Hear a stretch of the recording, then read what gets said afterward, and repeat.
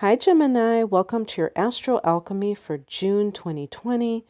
It's Rena here, and this is a wonderful month for you because most of you are having your birthdays, your solar returns. And I just want to give a shout out to May Geminis as well because I'm recording this the day before the sun goes into Gemini on May 20th. So that will be a time when you will be experiencing your birthday. But in June, the sun obviously is still in Gemini, and a lot of people are having their birthdays. And this is obviously when it's your birthday month, you feel like yourself because the sun is in conjunction with your natal sun. And in the first house, especially, which is like me, you know. And so there is that sense of, even on the physical level, you may feel very full of energy, empowered on an emotional level. And Venus likewise is in your sign. So there's that sense of kind of an aura, a glamour, and it doesn't have to do with anything specifically related to the way that you look. It's just that kind of charisma. Although you may be tempted to do something to alter your physical appearance. And they always say, you know, with Venus retrograde, don't get a haircut and all that jazz. But I will say that if you're a certain age, you probably don't really care. Even if the haircut isn't something that you necessarily wanted later on. At a certain point, we don't put that much importance on it. I know when I was younger, it's like, oh, wow, you know, getting a haircut was like a major deal. And now it's like barely even registers. But that can be, I think it can even, Venus retrograde can be great for you in terms of attracting money to you. Venus can be about money, and perhaps this is something that eluded you before that you're now being able to take advantage of. Even in retrograde, these planets like Venus and Jupiter can still benefit us, bless us in some way. And if it is somebody that is a past lover, you know, really look at how this will affect you overall, because Venus is going direct on the 25th, and it'll be at 5 degrees of Gemini, which means that for most Geminis, this is going to dip back into their 12th house. And that could be that karmic place, but this could indicate some kind of a realization of a lover as a karmic partner, connection, what have you, whatever that means to you. Whether it means that you have something to work out with that person, or whether it means that you feel that you have this mission, like a twin flames situation. So even if there are periods of time when it's kind of like on again, off again, you may feel like there is a method to your madness, that this is divinely ordained. This is not just a dysfunctional relationship. I still haven't been able to determine the criteria for deciding whether or not something is a dysfunctional relationship compared to a twin flame situation, but I'm sure I'll get there one day. So what else is happening? Well, we have a lunar eclipse at 15 degrees of Sagittarius. Now, this is especially important for Gemini because that's the opposite sign of you's guys. And that's the 7th house. Now, there again, we can talk about 7th or 6th houses. For those people who are born in the last 14 degrees of Gemini, this will be actually in your 6th house of work. And this could be a major overhaul in how you do things. I was saying something similar to Cancer. And because they also might have this, some cancers. The interesting thing about this is because of the events that have taken place, where some people have been, I guess they call it telecommuting. It sounds like a kind of a clunky kind of a early computers term, but whatever you want to call it, where, doing computers, using the internet from home with your work, that you work for somebody else. And some of these people might go, wait a second, we don't need to have the office after all. I always wondered about that, like why, when people work flex time, why do they don't work 100% at home? Obviously, sometimes you have to meet with partners, business partners, or, office mates. You might have to, I should say.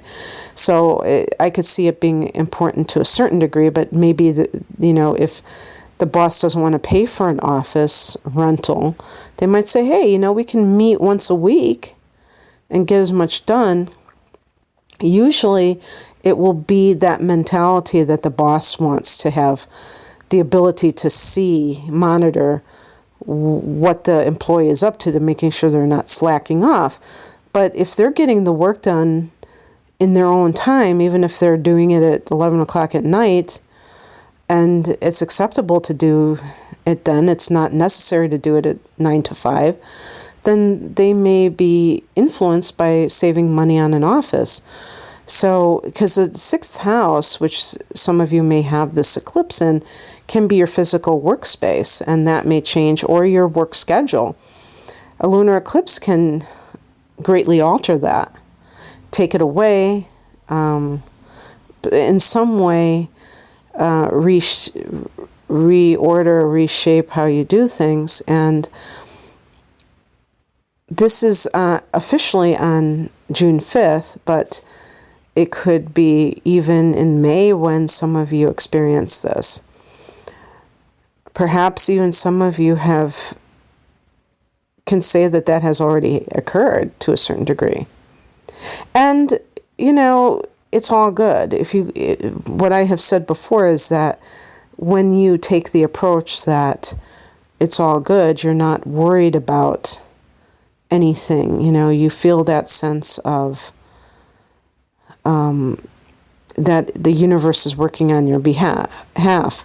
It's when people are pessimistic that they see every little thing as an indication that there's a major negative situation occurring. And that is obviously not what we want to, how we want to view things. For some of you, this is occurring in the 7th house. Again, this is the house of committed partnership. Again, this could be an area that is greatly affected.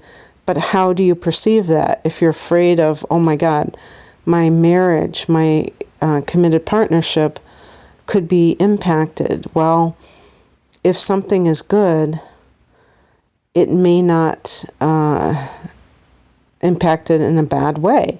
Maybe you're finally seeing that person as they want to be seen.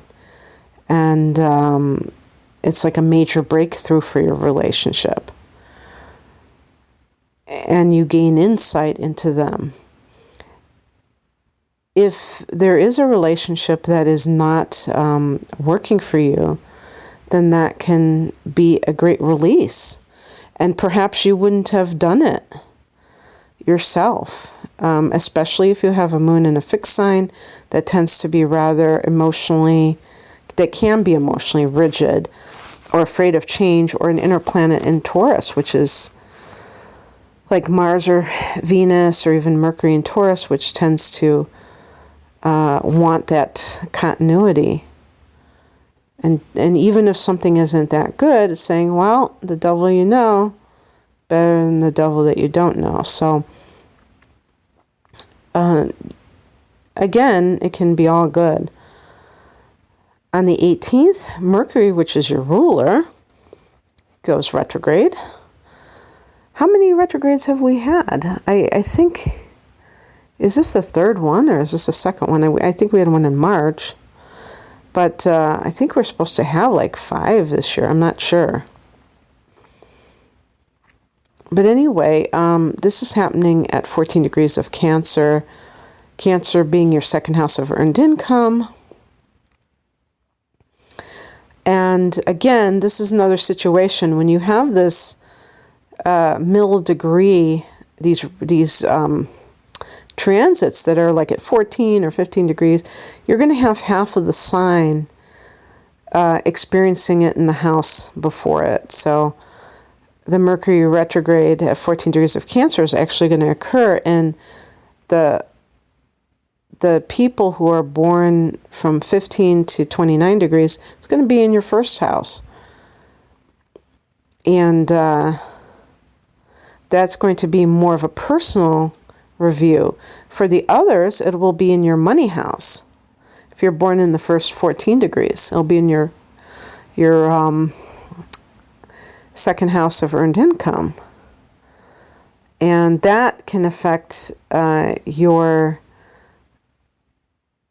money in a way that you have to really watch for any kind of mistakes that are being made, either like somebody giving you a check and they don't give you enough, things like that, because Mercury can be like those documents even, or some kind of paperwork communication. And I would say just in general, look out for your money, even with bank statements or bank, online banking. Just check everything that has to do with your money. And if you notice that there's some kind of, seems like everything isn't flowing properly, just realize that this is a very short transit, 3.5 weeks. Well, actually, the Mercury, let's see when it goes direct. I didn't have that information in front of me. The Mercury transit is 3.5 weeks. Now, I don't know about the retrograde. I thought that was... Let me see here. And that's why I think July is an eventful month as well. Okay, so Mercury goes direct on July 12th. So don't worry about it. Very fast moving. But you're a ruler, so definitely something to pay attention to. And for those of you who it's transing your first house, this can be about the way that you present yourself, the way that you convey yourself. With Mercury, even like sell yourself. And not to say that everybody who's a Gemini is a salesperson, but let's face it, we're always selling ourselves to one degree or another when we want something. If we want to get a job, if we're interviewing, we're coming across in a certain way and trying to present our talents and all that good stuff in exchange for somebody to view us in a way that is considered favorable. But what about if you're trying to date? And, it's so funny because I one time, gosh, the memories of going out to a cafe. I used to always, be in cafes, and I haven't been in one in 2 months except to pick up something to go. But to sit there and listen and eavesdrop on other people's conversations. And once in a blue moon, you hear two people talking and you can tell they're kind of like meeting. Maybe they were doing online dating and talking about themselves. Maybe, who knows, maybe they're business associates or whatever. Or one person's going to hire the other. But I assumed it was like a blind date or something. But yeah, those kinds of things where you're selling yourself. You're trying to put yourself in this favorable light, but also just how you carry yourself. How the things that you say, do they align with what you really believe? look at your natal Mercury for that. If your natal Mercury is in Cancer, people may think that you're more emotional than you are, or more sensitive, and they may be kind of confused because there's this totally different vibe when it comes to you speaking versus your general nature. Or if your Mercury's in Taurus, you may be kind of dogmatic, like, this is black and this is white and this is how it is. And usually Geminis are very flexible, so it's very interesting, all these little nuances. And Mercury goes direct on the 25th, and we have a solar eclipse. But we also have, before I get to that, we have the summer solstice. I acknowledge that's a winter solstice in Australia, but you have to understand something. Australians, New Zealanders, at all, that I do not want to think about winter right now. And I'm sure that your winter is a lot better than my winter. So I don't even want to go there. I don't want to even utter that term. And I like winter, but I don't want to relive it right now. I want to embrace this time. Oh, but the one thing about the summer solstice, if you're in the northern hemisphere, is that then it's like it's all downhill from there, because then you start losing sunlight. And it's like, what? We finally got to a time when it's consistently warm. I'm talking about, those of us who live in the upper Midwest, where we're like freezing sometimes, a lot of times. And then we finally get these days, we can't even go swimming yet, a lot of times, unless it's in a swimming pool, but not in Lake Michigan, until probably like July or August. It's so cold. So, but anyway, it's a power period at the solstice time. And then a few hours later, you have the solar eclipse at 0 degrees of Cancer. So this again is in your money sector. So this can be a good money time for you towards the end of the month, Gemini. So embrace that. There are actually going to be 2 new moons in Cancer, one in the latter degree of Cancer on the 28th at 28 degrees of Cancer on the 20th of July. So that's really neato. And then on the 23rd, Neptune goes retrograde. Now, Neptune is in Pisces. This is in your 10th house of career. So this is an area, I just did a tarot reading for you. I don't know if it has posted yet. I think I've got to, make it go live. And so you can watch that as well. So you're going to get 2 current readings for that one is for the end of May. And the thing that I was noting is that with Pisces or Neptune being in the 10th house of career, that you have possibly been quite you're confused about your career direction in recent years. And perhaps sometimes you're almost enchanted. You're almost feeling like this sense of, wow, I could do this, I could do that. That is very kind of either creative, whimsical, spiritual. Definitely can have a spiritual influence on your career. But then with this Neptune retrograde, you may feel again like, oh, I'm not sure I can really do this. You may kind of veer back and forth between feeling hopeful and optimistic and feeling like jaded.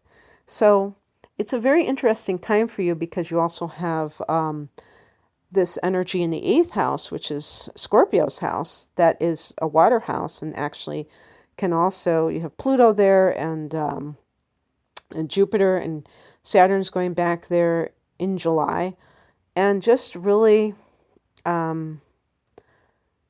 giving you this sense of,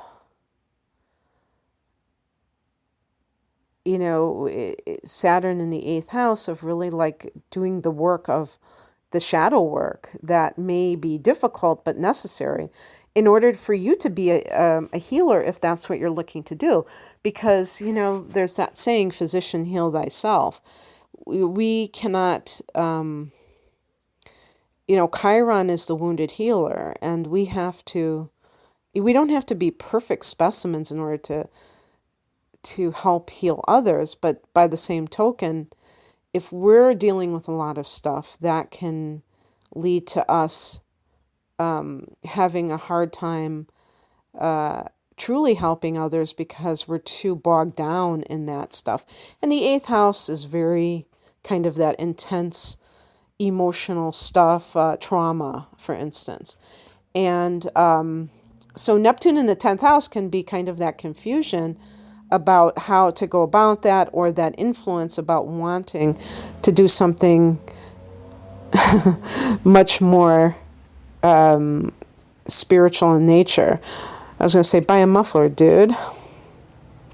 Okay, what else is happening here?